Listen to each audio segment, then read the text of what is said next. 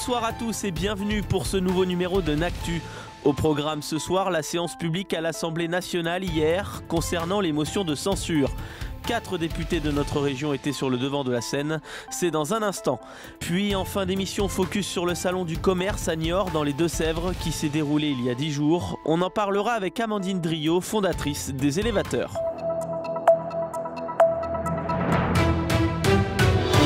On débute par nos députés à l'Assemblée nationale hier avec les 3 motions de censure qui ont été rejetées. Elles concernaient l'utilisation de l'article 49.3 par le gouvernement sur le budget 2023 et sur le financement de la sécurité sociale.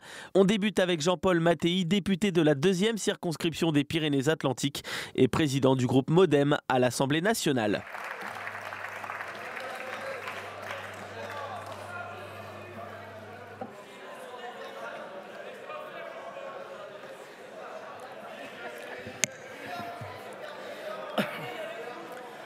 Madame la Présidente, Madame la Première ministre, Mesdames et Messieurs les ministres, chers collègues, ces 2 motions de censure déposées par nos collègues de la NUPES et du Rassemblement national étaient attendues. Nous le savions tous puisqu'ils avaient déclaré, avant même de connaître la nature du projet de loi de finances, qu'ils voteraient contre. Nos collègues républicains également. À entendre ce que j'ai entendu à droite et à gauche, chacun assumera ses votes alternatifs ou cumulatifs. L'engagement de la responsabilité du gouvernement sur ce texte est donc la suite logique. Il ne faut pas, mes chers collègues, faire mine de s'en étonner, ou comme l'a dit ma collègue Mathilde Banot, affirmer que cette méthode était une brutalité, et collègue Chassaigne aussi. Non, ce sont juste les institutions et l'équilibre que leurs auteurs ont su trouver. Je voudrais simplement rappeler ici ce que disait Michel Debré le 27 août 1958 devant le Conseil d'État, qui expliquait les raisons de l'alinéa 3 de l'article 49 de la Constitution. L'expérience a conduit à prévoir en outre une disposition quelque peu exceptionnelle pour assurer, malgré les manœuvres, le vote d'un texte indispensable.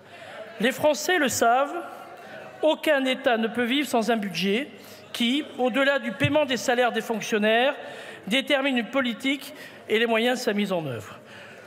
Nous avons eu le temps ces dernières semaines de discuter, en commission comme en séance, pendant des dizaines d'heures de cette première partie du PLF, dans une ambiance tantôt animée, tantôt plus calme, mais avec toujours une volonté partagée d'entrer dans le fond des sujets. En commission, nous nous sommes longuement entretenus sur la suppression de la CVAE, sur l'évolution du crédit impôt recherche, sur la fiscalité environnementale ou encore sur le soutien que nous devons offrir aux collectivités face à la hausse des prix de l'énergie. Je voudrais remercier le président de la Commission des finances, Éric Coquerel, le rapporteur général Jean-René Cazeneuve et mes collègues pour la bonne tenue des débats. Nous étions souvent loin d'être d'accord, mais nous avons débattu. En séance, nous avons eu aussi de longs débats sur l'impôt sur le revenu, sur l'imposition de l'immobilier, celle des agriculteurs ou encore la fiscalité des successions, sujet qui a suscité sur tous les bancs de l'intérêt et sur lequel nous ne pourrons nous exonérer, sans trait d'esprit, d'une réflexion dans les prochains mois.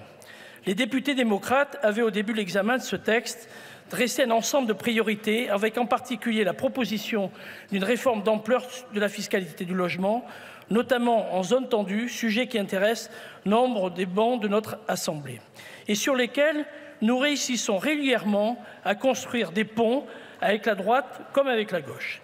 La fiscalité immobilière, et notamment la taxation des revenus fonciers et des plus-values immobilières, aurait besoin d'un grand toilettage. Nous sommes en droit de nous interroger lorsqu'un contribuable propriétaire d'un bien acquis depuis plus de 30 ans, immeuble ne constituant pas sa résidence principale, en Corse, autour des lacs alpins ou encore sur la côte atlantique, dont le prix a pu être multiplié par 6 voire 12 depuis l'acquisition, soit entièrement exonéré d'impôts sur la plus-value réalisée à la cession. Un juste retour alors d'une partie des recettes fiscales sur les territoires concernés serait à étudier un peu à la lumière des droits de mutation à titre onéreux. Nous saluons bien sûr la révision du zonage de la taxe sur les logements vacants et la taxe d'habitation sur les résidences secondaires, mais cette mesure nous semble un peu trop timide. Madame la Première ministre, il faut que nous saisissions du sujet de manière plus systémique.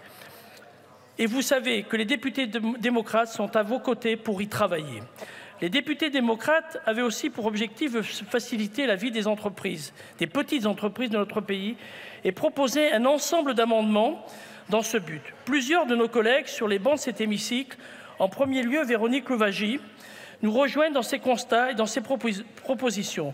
Et je regrette que nous n'ayons pas réussi à convaincre davantage de nos collègues ainsi que le gouvernement. Nous pouvons toutefois retenir plusieurs motifs de satisfaction. En premier lieu, le praticien que je suis se réjouit de la précision du régime fiscal de la transmission des entreprises individuelles ayant opté à l'impôt société. Mais je crois que nous devons continuer à accompagner fiscalement la belle réforme du 22 février 2022 en faveur de l'activité professionnelle indépendante. De la même manière, nous sommes ravis d'avoir pu convaincre le gouvernement de l'opportunité de relever, même légèrement, le plafond du taux réduit d'impôt sur les sociétés pour les PME à 42 500 €. Ce relèvement permettra à nos PME d'avoir plus de bénéfices pour investir et pour se développer. Élus un peu partout de France et de Navarre, les députés démocrates attachent une grande importance à la situation de nos agriculteurs, qui font face tant à de très fortes tensions conjoncturelles, mais aussi à des défis plus structurels, notamment sur l'accès au foncier. Nous souhaitons, aux côtés de notre ministre Marc Fesneau, défendre et renouveler le modèle agricole français, avec l'indexation sur l'inflation de la déduction pour épargne de précaution créée en 2019, par exemple, ou encore en prolongeant d'1 an le crédit d'impôt haute valeur environnementale. L'Assemblée a également adopté, à notre initiative et celle de nos collègues de la majorité, une hausse du plafond de l'exonération de 75 % des droits de mutation à titre gratuit des biens faisant l'objet d'un bail à long terme. Cette hausse doit aider les agriculteurs à mieux transmettre leurs terres à leurs familles, plutôt que de devoir les céder à des sociétés parfois étrangères qui font monter le prix du foncier et vont jusqu'à interroger notre souveraineté alimentaire. Nous serons à vos côtés, aux côtés du ministre de l'Agriculture, pour écrire la future loi d'orientation et d'avenir agricole annoncée par le Président de la République. Nous sommes aussi satisfaits d'avoir, en conjonction avec nos partenaires de la majorité, mis en place un filet de sécurité pour toutes les collectivités qui se trouvaient fragilisées par la hausse des prix de l'énergie. À ce dispositif s'ajoute une hausse exceptionnelle de 320 millions € de la DGF. Force est de reconnaître que notre majorité présidentielle accompagne bien nos collectivités en ces temps troublés. En fait, à travers ce budget et ceux qui suivront cette législature, avec votre gouvernement, Madame la Première ministre, nous voulons défendre 2 axes. Tout d'abord, protéger les Français et garantir leur avenir, le préparer, les rassurer aussi pour qu'ils retrouvent une forme de confiance qui, depuis longtemps maintenant, s'étiole. Ils demandent à juste titre que la protection de l'État, dans ces multiples crises que nous traversons après la Covid, la guerre en Ukraine, chez nous en Europe, la crise énergétique, l'inflation. Ils attendent, nous semble-t-il, des signaux clairs, une solidarité à l'égard des plus faibles, une bienveillance pour les aider à avancer, un soutien. Une liberté aussi, celle d'entreprendre, celle qui permet l'émergence de tous les talents, celle de vivre de leur travail, la liberté qui les émancipera et en fera des citoyens actifs dans la société. En second lieu, ce que nous cherchons à construire, c'est un pays souverain, c'est-à-dire un pays qui garantit sa liberté, souveraineté alimentaire, souveraineté énergétique, souveraineté économique, un pays qui attire également les talents, les capitaux, les entreprises, celles qui créent les emplois et de la richesse pour assurer la solidarité. C'est peut-être là, Madame la Première ministre, Monsieur le ministre de l'Économie, que nous aimerions avancer davantage. Pour nous, le taux de prélèvement obligatoire ne peut être l'alpha et l'oméga de notre politique. Certes, nous sommes le pays qui a l'un des plus forts taux de prélèvement d'Europe. Et oui, toute la politique menée depuis 5 ans vise à redonner de l'air à nos entreprises, à envoyer des signaux au monde entier pour redevenir enfin attractifs. Et ça marche. Nous en voyons les résultats. C'est pourquoi nous avons refusé la semaine dernière le retour de l'ISF ou de toute autre taxe sur la transmission d'entreprises qui, en leur temps, avaient fait fuir les capitaux et les investisseurs. Nous croyons en l'entreprise privée, qui est l'une des garanties de nos libertés publiques, mais également à l'économie mixte, qui est dans certains cas indispensable et performante. Mais nous devons aussi rester attractifs parce que nous agissons sur d'autres leviers. L'école, la santé, l'aide aux plus démunis et tout ce qui fait qu'un État est solidaire. Un pays apaisé est aussi un pays attractif. Il existe également le monde associatif, avec la cohorte de nos concitoyens si généreux qui méritent d'être accompagnés. Pour le groupe démocrate, une réflexion sur tous nos bancs devrait nous mener à légiférer pour une plus grande solidarité, et notamment fiscale, sans pour autant briser les talons. Oui, une réforme fiscale d'envergure adaptée au temps que nous vivons, prenant en compte des évolutions sociétales, les évolutions du monde serait nécessaire. Je vous propose, Monsieur le ministre de l'Économie, Monsieur le ministre du Budget, de nous y atteler avec vous.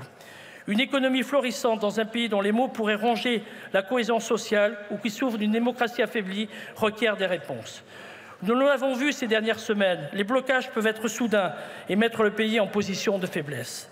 Et c'est pour cela que le groupe démocrate considère qu'un pays qui va bien est un pays qui a des entreprises compétitives, mais pas seulement. La France de 2022 n'est pas celle de 2017. Les changements du monde sont une évidence. Non seulement le changement climatique, mais l'environnement international, la guerre qui se rapproche. Ainsi, je crois que nous devons avoir le courage de nous poser les bonnes questions. Le sens de l'amendement que nous avons déposé sur les superdividendes n'avait pas pour but de chambouler tous les équilibres de la trajectoire définie par le président de la République et toutes les mesures qui ont été prises depuis plusieurs années. Il avait pour but de se dire que, dans un contexte particulier, on peut changer temporairement quelques règles en demandant une contribution exceptionnelle à ceux qui ont des bénéfices supplémentaires. Il avait pour but de dire à certaines entreprises de grande taille: rétribuez vos actionnaires, mais n'oubliez pas les salariés, ni l'avenir de l'entreprise et de la planète avec des investissements forts. J'ai pu vous le dire, je regrette que cet amendement, qui a été voté avec une large majorité, n'ait pas poursuivi son chemin, même s'il n'était pas parfait, et la navette aurait pu l'améliorer. Et comme vous le savez, nous sommes très favorables au partage de la richesse dans les entreprises, un engagement fort de notre président de la République. Même si je reconnais que les deux amendements visant à la transposition des décisions européennes concernant la contribution exceptionnelle des énergéticiens, je vais y arriver, sont une très bonne réponse à l'échelle européenne. Et j'en viens aussi à mon dernier point, celui de la méthode. Ce que nous venons de vivre n'est pas compréhensible par nos concitoyens. Vous pouvez, les uns et les autres, penser que s'opposer pour des oppositions est le principal sujet. Nous considérons, nous, au groupe démocrate, que nous devons savoir nous écouter et parfois douter, car sans doute, il n'y a pas d'écoute.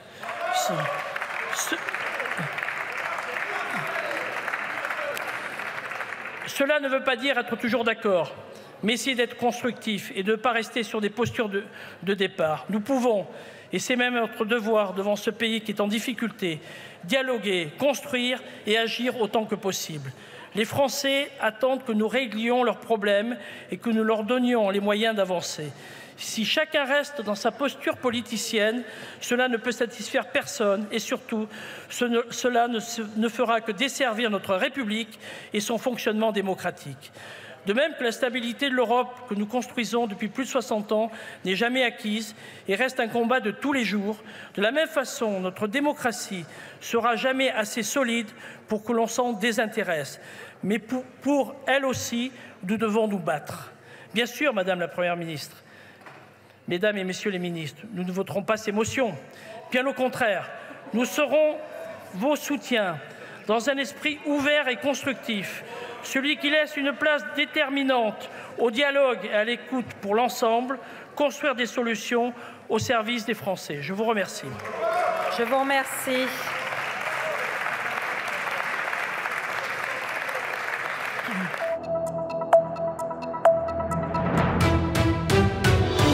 Autre député également présent dans l'hémicycle hier, c'est Boris Vallaud, député de la 3e circonscription des Landes et président du groupe socialiste à l'Assemblée nationale.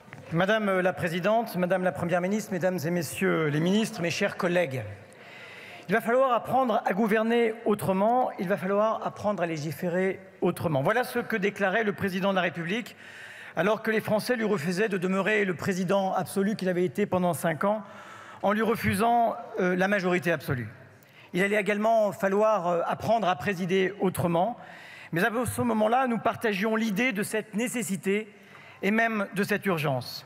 Dans un contexte inédit de fatigue démocratique, dans une assemblée sans majorité, élue par moins d'un Français sur deux, et faisant surgir dans notre hémicycle 89 députés qui n'ont pas la République en partage avec nous, semblait se faire jour l'idée que ce parlementarisme de fait issu des urnes pouvait être une chance pour notre démocratie et pour la France.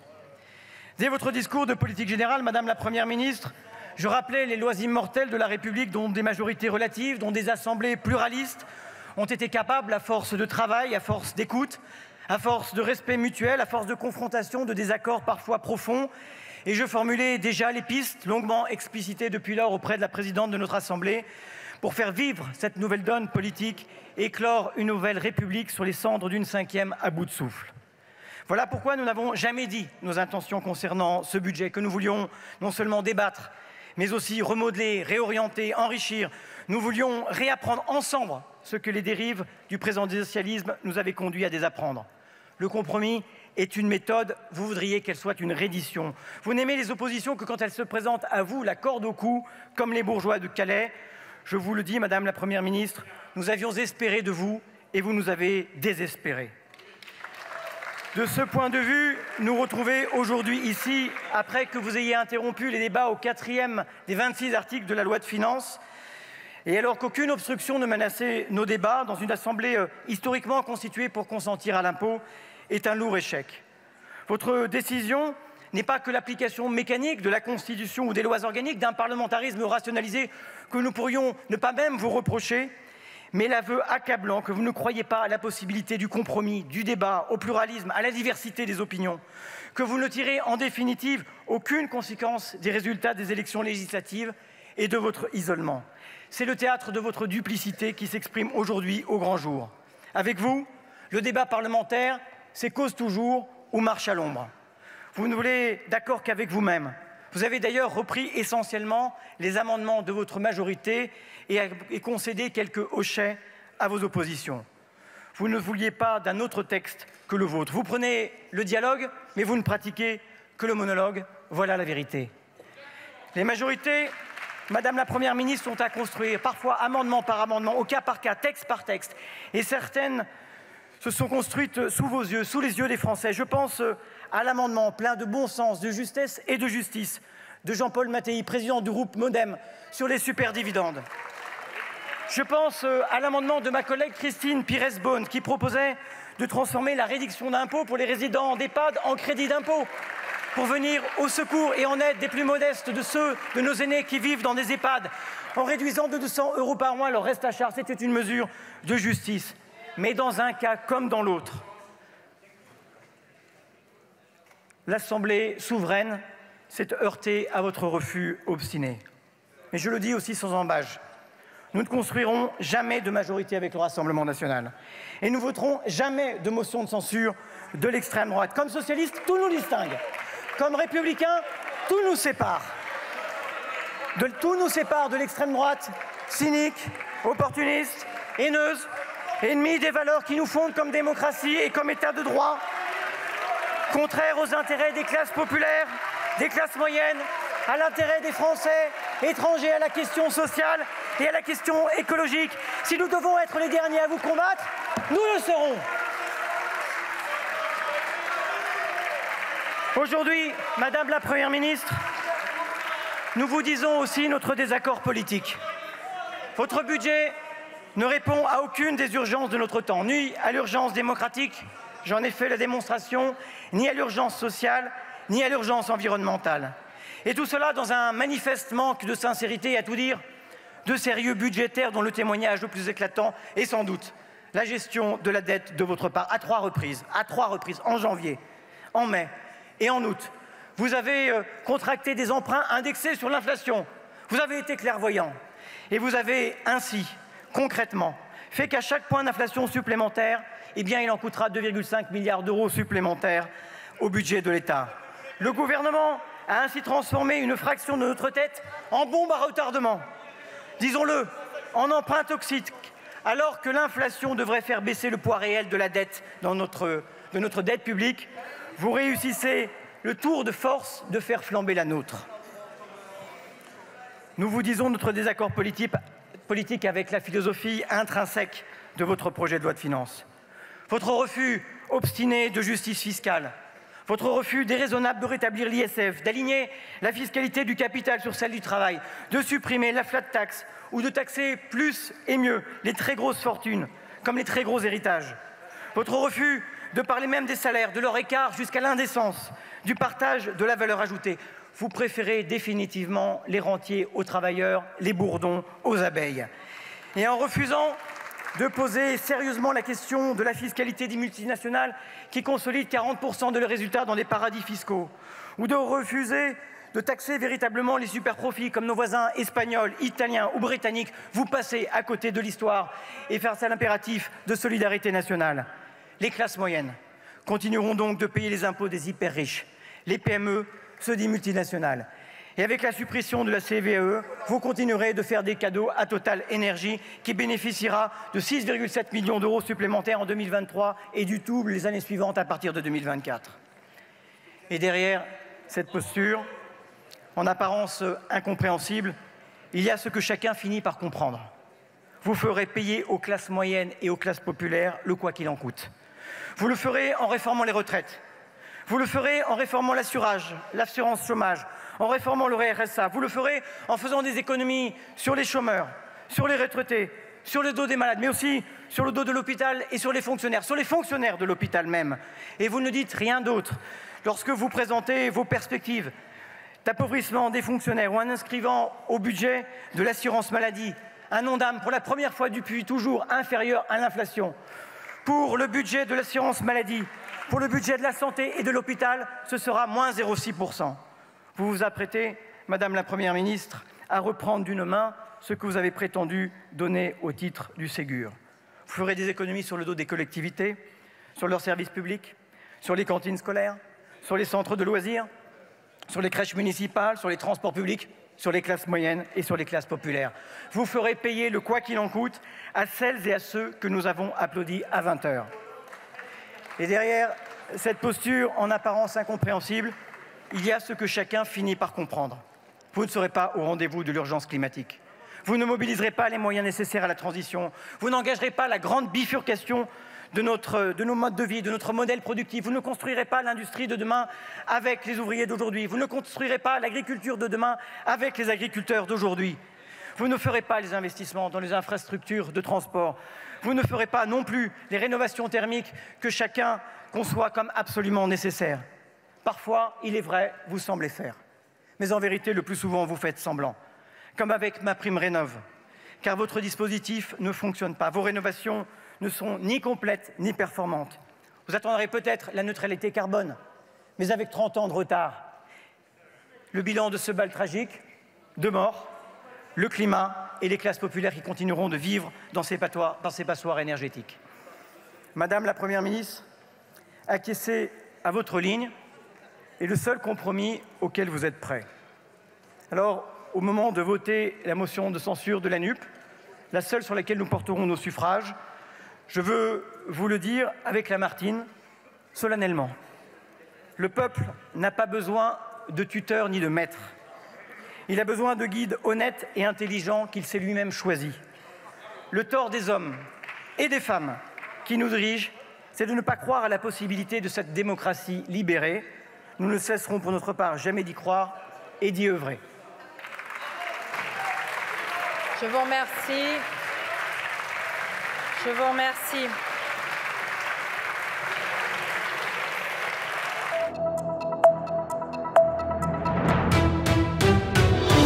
Dans un instant, Actu est de retour avec nos députés de la région qui interviennent sur les motions de censure.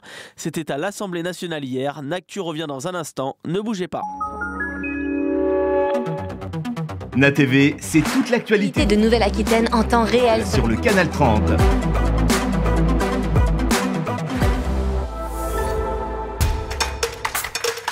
Le Nasport Live, ce sont les plus grands clubs de Nouvelle-Aquitaine. Okeanos sur NATV, l'émission consacrée à l'actualité du nautisme. L'actu, c'est l'actualité de Nouvelle-Aquitaine vue autrement sur NATV. Namas TV, l'émission idéale pour rester zen en Nouvelle-Aquitaine. NATV, la Nouvelle-Aquitaine autrement.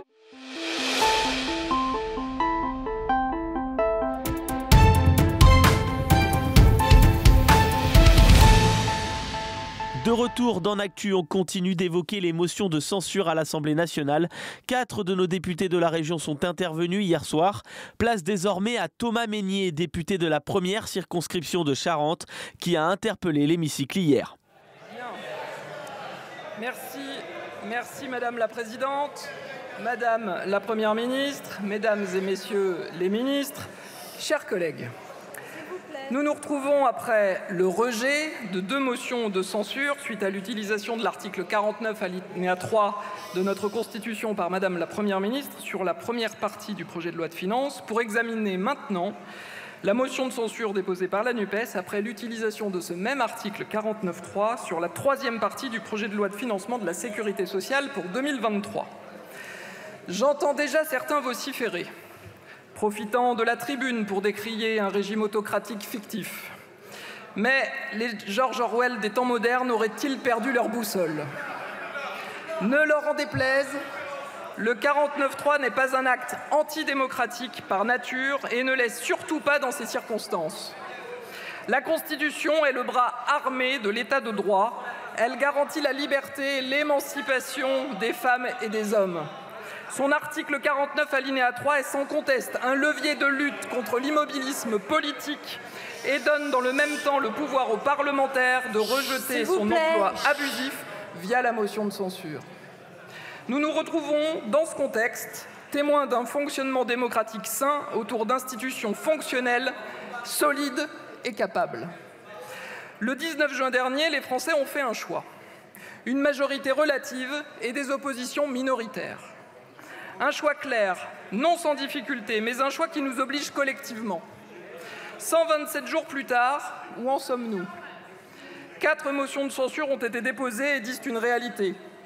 Là où le gouvernement, notre majorité, nous tendons la main et ouvrons la voie au dialogue, je constate depuis plusieurs semaines maintenant que le théâtre exubérant des oppositions a pris en otage le fonctionnement normal de notre Assemblée. En annonçant dès l'été l'opposition systématique à l'égard des textes budgétaires, quoi qu'il arrive, vous avez, oui, vous avez acté la fin des débats et la nécessaire utilisation du 49.3. Ainsi, lors de l'examen en hémicycle du projet de loi de financement de la Sécurité sociale pour 2023, nous avons tenté d'étudier en séance les 3144 amendements déposés. Je dis bien tenter. Car malheureusement, comme prévu, les groupes d'opposition ont tout fait pour bloquer le débat parlementaire.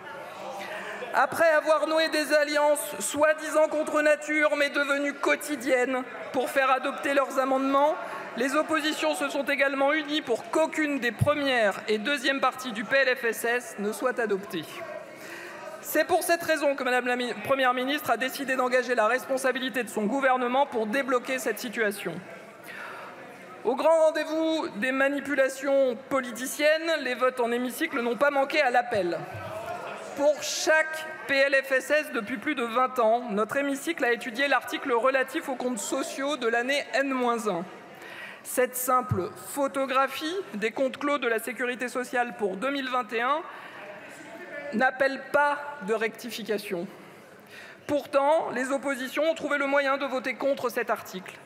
En d'autres termes, les oppositions ont rejeté, vous avez rejeté, que soit remis un simple constat. Vous avez décidé de rejeter un bilan immuable et clôturé, un régime obligatoire de base de sécurité sociale qui se redresse de plus de 15 milliards d'euros malgré d'importantes dépenses de santé consécutives à la crise sanitaire. Vous avez raison.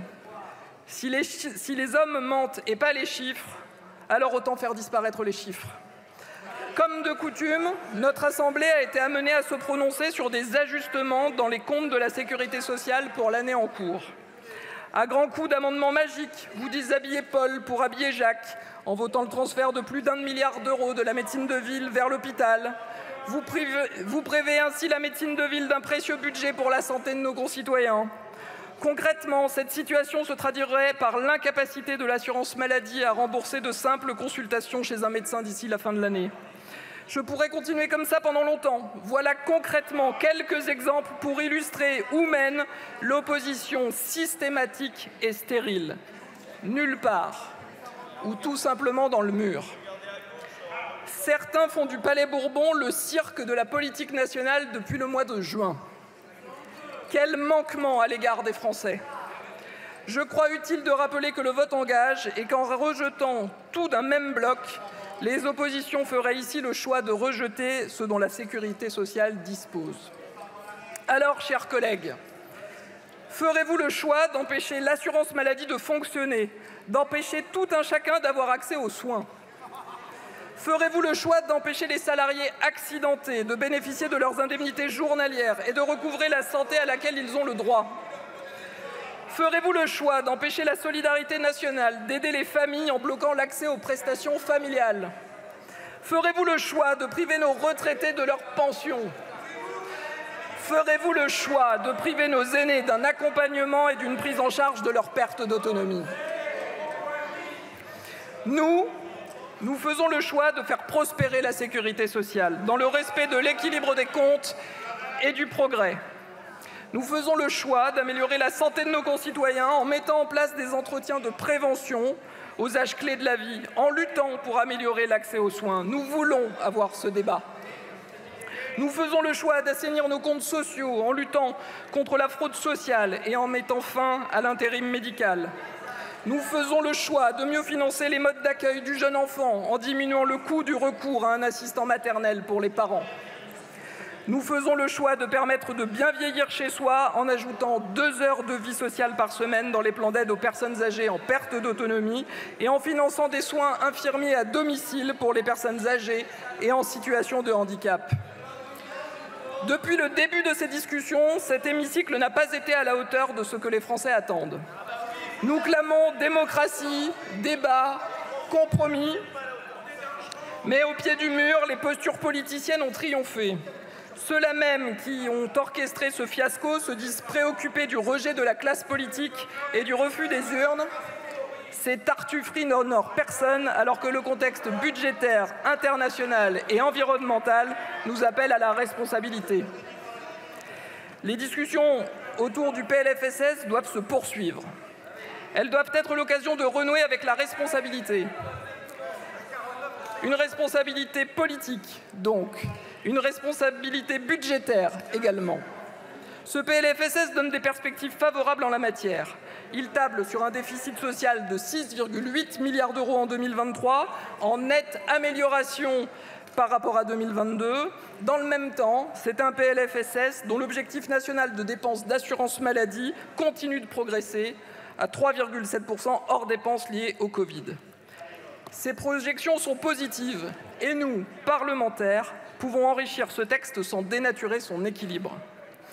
Face aux oppositions systématiques et stériles, le groupe Horizon et la majorité s'engagent à incarner la responsabilité tant sur le plan budgétaire que politique.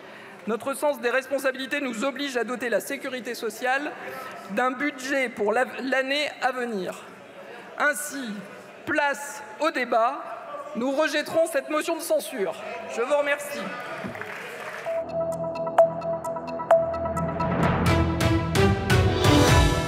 Enfin, nous terminons cette séance publique avec le discours du député de la 4e circonscription de la Vienne, Nicolas Turquois. Madame la Présidente, Madame la Première ministre, Mesdames et Messieurs les membres du gouvernement, chers collègues, nous voici donc réunis pour débattre d'une nouvelle motion de censure suite à l'engagement de la responsabilité du gouvernement sur la 3e partie du projet de loi de financement de la sécurité sociale pour 2023.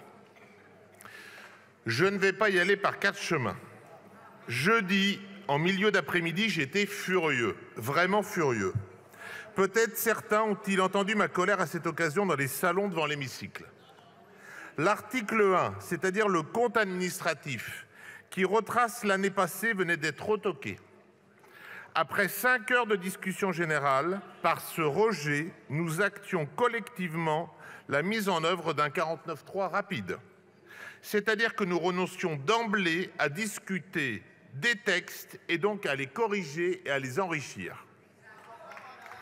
En bref, nous venions, et quand je dis nous, je parle plutôt des oppositions, non seulement d'acter l'inutilité du débat parlementaire sur ce texte, mais aussi d'abîmer le rôle de l'Assemblée nationale. À vous, Madame la Première ministre, le groupe démocrate tient à vous adresser nos remerciements. Vous avez pris vos responsabilités en engageant celles du gouvernement. Notre pays et nos concitoyens ne peuvent être pris en otage par les manœuvres politiciennes de certains. Dans ce climat social aussi tendu par les conséquences du conflit en Ukraine, notamment sur les questions énergétiques et d'inflation, l'action est une obligation. À vous, chers collègues de l'opposition, votre seule ambition pour le mandat qui vient ne se limite-t-elle qu'à faire des bons mots au micro, voire de la poésie, à dénoncer plutôt qu'à construire, à bloquer les institutions et au final à provoquer le désordre? Je sais bien que chaque formation politique se fixe comme objectif de remporter les prochaines présidentielles, mais à titre individuel, en tant que député, n'avez-vous ni l'envie, ni l'honneur, devrais-je dire, de porter ici ou là des combats qui vous tiennent à cœur? 5 ans à être contre tout d'emblée, quel pourrait en être le sens? Pour certains, ce sera même depuis 10 voire 15 ans qu'ils seront dans cette opposition totalement stérile. Sur un sujet comme le PLFSS, il y a forcément de la place pour faire avancer des débats qui dépassent largement les logiques partisanes. Mais par votre attitude, vous avez délibérément choisi de laisser le gouvernement décider entièrement seul. Soyons clairs, je ne pense pas un instant qu'il soit possible que vous votiez en faveur du budget de la sécurité sociale. Mais en annonçant d'emblée que vous voteriez contre le texte, en déposant des centaines d'amendements pour enrayer le fonctionnement de notre hémicycle, en privilégiant le vote contre plutôt que l'abstention vigilante, vous renonciez de fait à faire votre travail parlementaire et vous empêchiez par là même à tous les députés de la Commission des affaires sociales de continuer le travail accompli.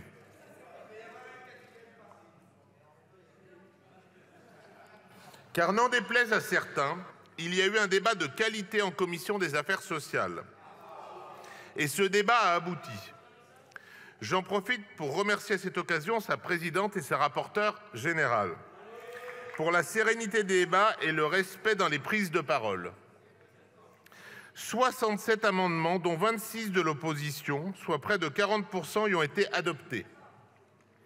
À titre de comparaison, les groupes LR et socialistes ont fait adopter chacun plus d'amendements que le groupe démocrate, que j'ai l'honneur de représenter ce soir.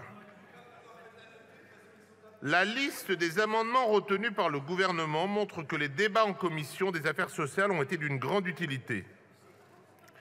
Que ce soit sur la clause de sauvegarde sur le médicament, sur la prolongation du dispositif TODE, sur le report du recouvrement de l'Agirc-Arrco aux URSSAF, il y a eu des avancées. Elles auraient pu être consolidées par un débat de conviction en hémicycle, mais vous l'avez rendu impossible. Demain, nous aborderons la 4e partie du PLFSS, celle qui concerne la prévention, l'accès aux soins, le soutien à l'autonomie des personnes âgées, la politique familiale ou encore la fraude. Est-ce que nous allons adopter la même attitude de blocage d'emblée, donc de renoncement in fine? Est-ce que nous allons au contraire saisir pleinement les opportunités que nous permet la nouvelle configuration de l'Assemblée? Personne n'a la majorité absolue, vous l'avez suffisamment répété. De fait, seuls des amendements de compromis peuvent se dégager. Ils seront peut-être pas assez pour certains, ou peut-être de trop pour d'autres, mais ils seront assurément une avancée pour les Français. Je ne vais prendre qu'un exemple, les déserts médicaux.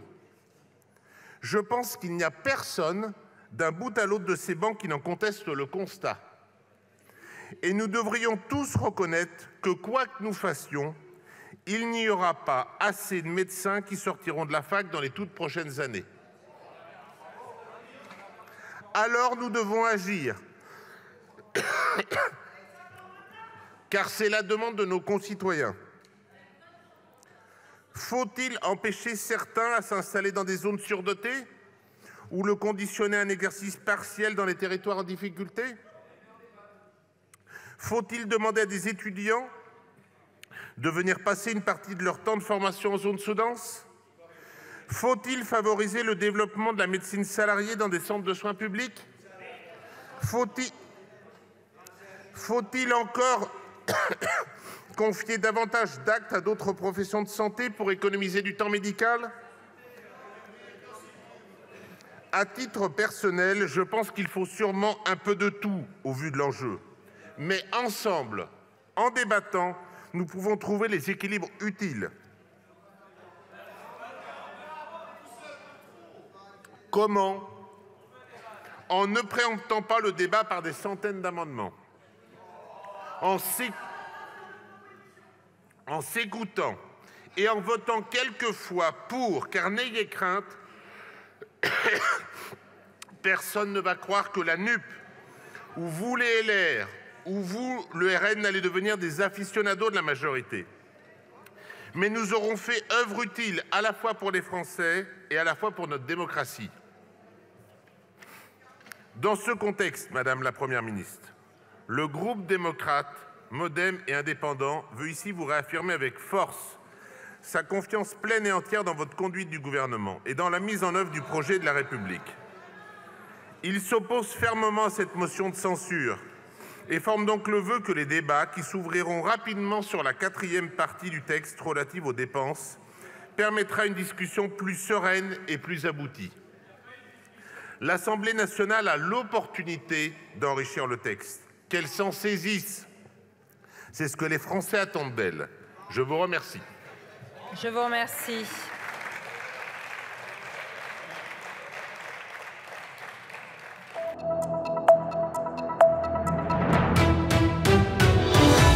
Dans un instant, place à l'invité de la rédaction. Jean-François Pibre reçoit Amandine Driot, fondatrice des Élévateurs, qui ont organisé le salon de proximité à Niort qui s'est déroulé le 10 octobre dernier. C'est un événement clé du secteur qui rassemble les acteurs du commerce de proximité.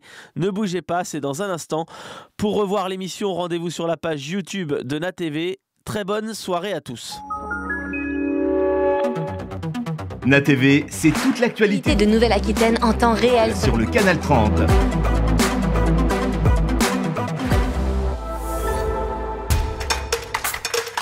Le Nasport Live, ce sont les plus grands clubs de Nouvelle-Aquitaine. Okeanos sur NATV, l'émission consacrée à l'actualité du nautisme. L'actu, c'est l'actualité de Nouvelle-Aquitaine vue autrement sur NATV. Namas TV, l'émission idéale pour rester zen en Nouvelle-Aquitaine. NATV, la Nouvelle-Aquitaine autrement.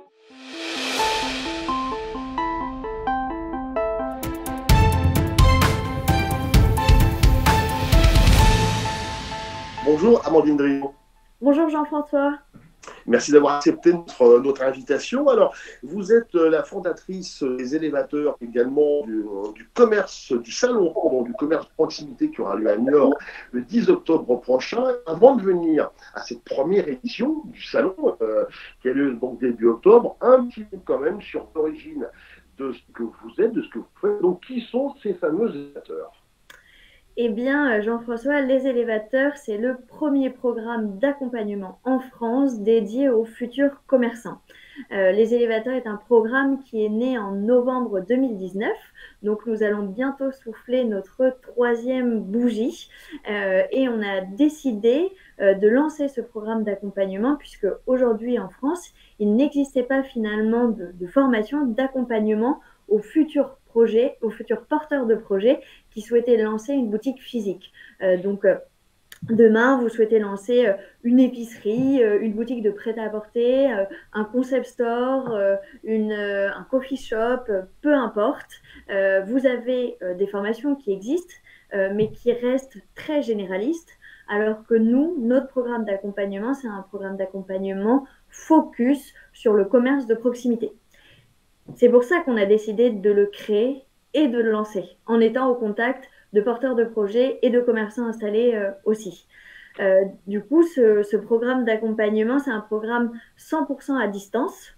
Donc, on peut adresser tous les porteurs de projets dans la France entière, porteurs de projets qui bien souvent sont reconversion professionnelle, qui ont envie de changer de vie, donner un sens aussi à leur vie, etc.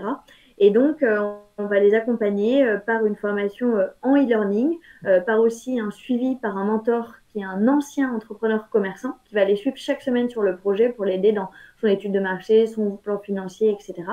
Des ateliers collectifs où ils se retrouvent tous entre futurs commerçants avec des experts comptables, avocats ou autres, et puis un parrain ou une marraine commerçante. Donc un programme de 2 mois assez complet pour les aider à construire le projet de A à Z et surtout vérifier la faisabilité, la viabilité, la désirabilité de ce projet pour se lancer avant de tout quitter.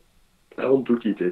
Donc, logiquement, si on vous écoute bien, ce salon, donc on peut en venir au salon à présent, qui a lieu donc 10 octobre prochain à Niort, je le répète, c'est une grande première, c'est finalement une suite logique. Complètement, vous avez, c'est le mot, c'est la suite logique. Donc ça fait à peu près 3 ans qu'on est au contact quotidien des porteurs de projets, mais aussi des commerçants installés avec notre pool de parrains et de marraines. Et puis ce que j'ai pas dit, c'est qu'on commence aussi à faire des formations pour les commerçants installés. Et on s'est aperçu que là aussi, finalement, il y avait comme un trou dans la raquette parce qu'il n'y avait pas de salon dédié à ces futurs commerçants ou à ces commerçants installés.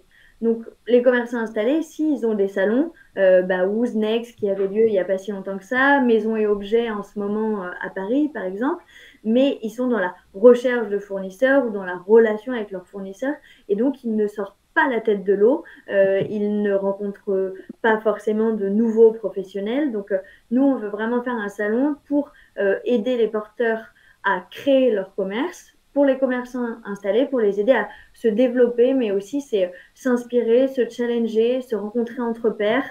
Certains ont envie aussi de céder leur activité, donc trouver des futurs repreneurs, etc. Quelles sont justement les problématiques que rencontrent ces gens, les commerçants installés et les porteurs de projets? Quelles sont aujourd'hui leurs problématiques? Il y a pas mal de problématiques. C'est en fonction de plein de facteurs différents. Aujourd'hui, un porteur de projet, ces problématiques vont être essentiellement sur la partie financière, trouver le bon modèle économique. Et puis, comme on le sait, la Covid est passée par là. Il y a des problématiques aussi au niveau des centres-villes. Donc, c'est vraiment les aider à trouver le bon modèle économique, le bon positionnement pour avoir des commerces demain qui soient pérennes parce qu'ils seront différenciants, ils seront attractifs et ils seront pérennes sur le long terme. Les commerçants installés vont avoir plein de problématiques très différentes. Aujourd'hui, il y a le trafic en boutique est ralenti. Donc, quel levier mettre en place finalement pour faire venir le chaland dans sa boutique? Forcément, le digital est un outil numérique très important, mais il y a toute la partie aussi gestion de ses stocks, gestion de ses fournisseurs, l'éco-responsabilité. En fait, chacun, je pense, a des problématiques différentes. Et sur le salon, on va essayer aussi d'y répondre, mais aussi essayer qu'ils puissent s'inspirer, prendre de la hauteur, parce que quand on a tout le temps la tête dans le guidon, c'est aussi beaucoup plus difficile. Dans le détail, il y a beaucoup de choses qui sont proposées là, pendant cette journée de 10 octobre. Vous avez des conférences, il y a des témoignages, et puis il y a les 10 commandements aussi, si j'ai bien vu, sur votre site internet. Comment on peut résumer ce que vous présentez, ce que vous proposez aux gens qui seront présents? Oui, complètement. En fait, c'est assez dense, mais on a co-construit cette journée avec des porteurs de projets, des commerçants installés, pour que ça corresponde vraiment à leurs besoins. Du coup, on va dire qu'il y a trois hubs dans le salon. Le premier, c'est l'arrière-boutique. L'arrière-boutique, c'est là où les porteurs de projets ou les commerçants installés vont pouvoir y trouver des solutions pour créer ou développer leur commerce, des solutions digitales, des produits comme la partie fournisseur, des caisses enregistreuses, voilà. Mais sans que ça soit un florilège de solutions. On a sélectionné aussi nos partenaires parce que avant tout, on veut que ça soit un moment d'échange. Et donc, du coup, il y a le deuxième hub, qui est le hub du Parlons Commerce, où là, ils vont y retrouver des conférences, et des témoignages aussi qui se veulent inspirants de commerçants qui ont réussi et aujourd'hui qui cartonnent parce qu'ils ont mis en place certains leviers dans leur boutique. Et ensuite, on a le rendez-vous des commerçants. Donc là, on va avoir des tables rondes thématiques où ils vont pouvoir se retrouver entre eux et échanger sur leurs échecs, leurs réussites et se donner des tips, des bonnes pratiques entre eux, et aussi du coaching individuel avec des experts qui vont des coachings de 30 minutes. J'ai une problématique sur le financement, j'ai une problématique sur le juridique, j'ai une problématique sur le digital. Je viens me faire challenger par un coach et je bénéficie de ses conseils.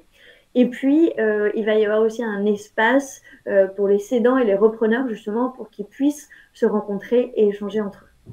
Est-ce qu'il y a un profil aujourd'hui en ligne du porteur de projet, concrètement parlant? On peut, comme ça, est-ce qu'on peut définir un profil ou est-ce que c'est plus complexe que ça? Alors, nous, chez les élévateurs, on a un profil. Effectivement, on attire des personnes qui sont aujourd'hui, comme je le disais, en reconversion professionnelle. Mais on a aussi de plus en plus de personnes qui ont juste 5 ans d'expérience professionnelle et qui souhaitent en fait lancer leur boutique physique. Donc, je dirais que la cible des porteurs de projets s'élargit aussi de plus en plus. Est-ce qu'il y a un peu dans la même lignée, la question va suivre un peu logiquement. Est-ce qu'il y a aussi des secteurs porteurs? On parle aujourd'hui beaucoup de bio, de bien-être, etc. Est-ce que ça fait partie aujourd'hui des filons, si l'on peut dire, du commerce de proximité? Alors, il y a des secteurs effectivement qui, je dirais que c'est plus des nouvelles tendances, mais qui correspondent aussi aux nouvelles tendances de consommation. Comme vous le disiez, le bio, le local, donc on a beaucoup d'épiceries, forcément, mais aussi beaucoup de restauration, café, etc. Et de concept store. Aujourd'hui, c'est plus les commerces qu'on connaissait qui étaient mono-activités. Il y a de plus en plus de commerces justement qui sont multi-activités avec 2, 3, 4 activités. Et donc ça, c'est vraiment ce qui ressort aussi. Et c'est des modèles économiques qui sont aussi viables sur le long terme. Et après, oui, c'est plus les grosses tendances que nous, on peut observer. Et alors, vous l'avez évoqué déjà un petit peu tout à l'heure, le web. On parle beaucoup aujourd'hui d'Amazon et des géants, on va dire, mondiaux. Est-ce que c'est pas un peu suicidaire aujourd'hui de vouloir créer un commerce de proximité? Et non, parce que sinon, on ne serait pas là. Au contraire, les personnes, enfin les consommateurs, les citoyens souhaitent revenir sur des commerces de proximité, revenir à une relation en fait. Après, effectivement, les géants, nos chers amis, les GAFA, seront présents. Et je pense qu'il faut chacun à sa place, mais le commerce de proximité, ce qui fait la différence, c'est le commerçant qui est dedans, ses salariés, toute la valeur qu'il va apporter et les personnes se déplaceront et ne resteront pas dans leur canapé. Et on voit qu'il y a un fort engouement de toute façon pour le commerce de proximité, notamment depuis la Covid. Après, on ne dira pas que c'est simple. Aujourd'hui, être entrepreneur commerçant, c'est un vrai job à part entière.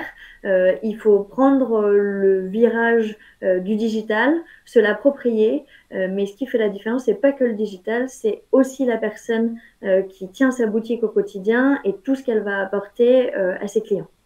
Et ça, vous attendez à peu près combien de personnes sur ce premier salon? On attend plus de 1000 visiteurs, que ce soit des porteurs de projets ou des commerçants installés, du coup France entière, et puis avec bien sûr un bassin plus fort en Nouvelle-Aquitaine. En Nouvelle-Aquitaine, bien sûr. Quels sont vos objectifs sur ce salon? Et puis on parlera d'avenir un petit peu plus tard, mais déjà sur ce salon, sur cette première, qu'est-ce que vous vous êtes fixé comme feuille de route?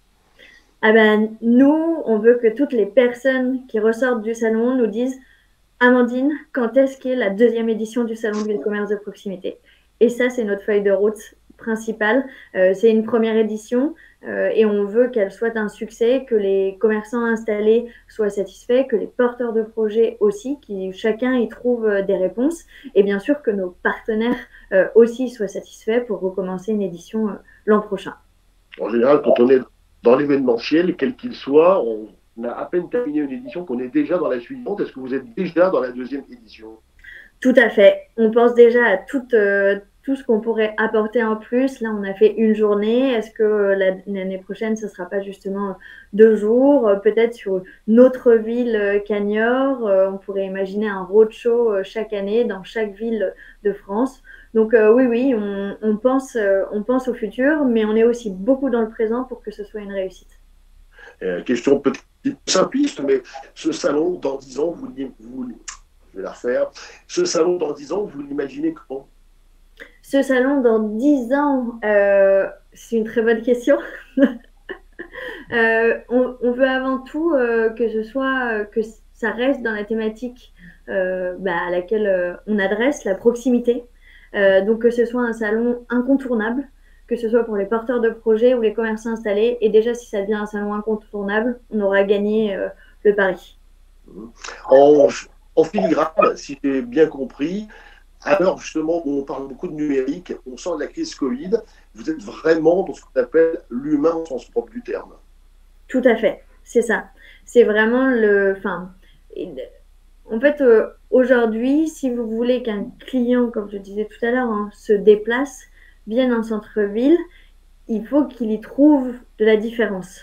Certes, dans les produits qui vont être proposés, mais vous voyez bien, comme moi, aujourd'hui sur Internet, quand même, on trouve des milliers et des milliers de choses. En revanche, ce qu'on ne trouve pas, c'est la personne, c'est l'humain qui vient vous parler, qui vient vous conseiller. Les commerçants, il y en a, ils tissent des relations très très fortes au fur et à mesure avec leurs clients, ce que n'arrivera jamais à faire un Google, un Amazon, même avec leurs meilleurs outils conversationnels du monde, leur meilleur parcours client. Ils ne remplaceront jamais l'humain et pour moi, les deux sont très complémentaires. Ça ne veut pas dire qu'une boutique ne doit pas se passer, par exemple, d'avoir un messenger, d'avoir un petit agent conversationnel sur son site qui améliore toujours l'expérience client. L'expérience client, elle sera très très forte aussi en boutique. Les deux sont complémentaires. Il ne faut pas les voir comme des ennemis. Absolument. Donc on va rappeler les infos pratiques.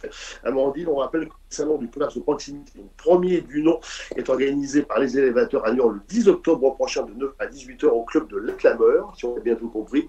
Pour plus d'informations, vous avez un site internet www.salonducommercedeproximité.com. Oui, et je préciserai juste, l'entrée au salon est gratuite pour tous.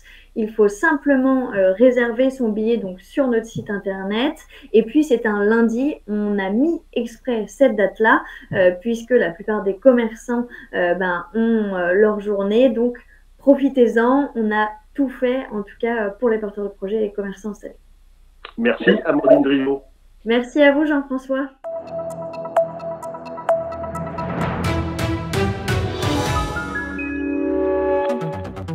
NATV, c'est toute l'actualité de Nouvelle-Aquitaine en temps réel sur le canal 30.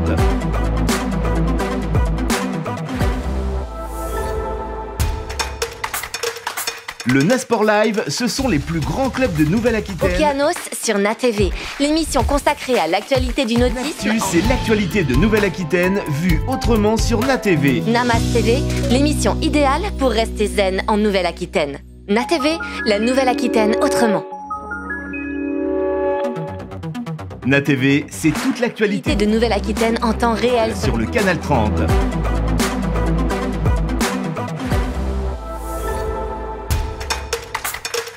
Le Nasport Live, ce sont les plus grands clubs de Nouvelle-Aquitaine. Okeanos sur NATV, l'émission consacrée à l'actualité du nautisme. C'est l'actualité de Nouvelle-Aquitaine vue autrement sur NATV. Namas TV, l'émission idéale pour rester zen en Nouvelle-Aquitaine. NATV, la Nouvelle-Aquitaine autrement.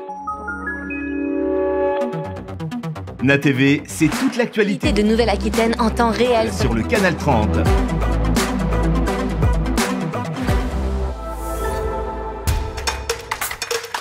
Le Nasport Live, ce sont les plus grands clubs de Nouvelle-Aquitaine. Okeanos sur NATV, l'émission consacrée à l'actualité du nautisme. C'est l'actualité de Nouvelle-Aquitaine vue autrement sur NATV. Namas TV, l'émission idéale pour rester zen en Nouvelle-Aquitaine.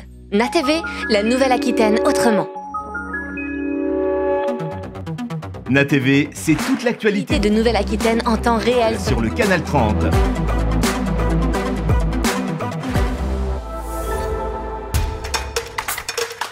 Le Nasport Live, ce sont les plus grands clubs de Nouvelle-Aquitaine. Okeanos sur NATV, l'émission consacrée à l'actualité du nautisme. L'actu, c'est l'actualité de Nouvelle-Aquitaine vue autrement sur NATV. Namas TV, l'émission idéale pour rester zen en Nouvelle-Aquitaine. NATV, la Nouvelle-Aquitaine autrement. NATV, c'est toute l'actualité De Nouvelle-Aquitaine en temps réel.